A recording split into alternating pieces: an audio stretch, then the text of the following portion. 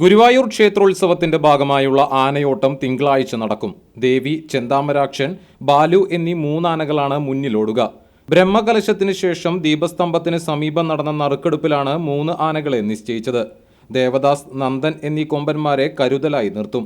നേരത്തെ ആനയോട്ടത്തിൽ വിജയിച്ചിട്ടുള്ള ആനയാണ് ചെന്താമരാക്ഷൻ.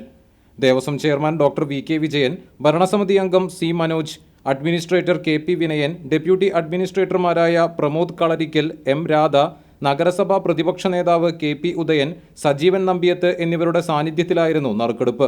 ദർശനത്തിനെത്തിയ കണ്ണൂർ അഞ്ചരക്കണ്ടി സ്വദേശി ആൻവിയെയാണ് നറുക്കെടുത്തത്. തിങ്കളാഴ്ച വൈകിട്ട് 3-നാണ് ആനയോട്ടം.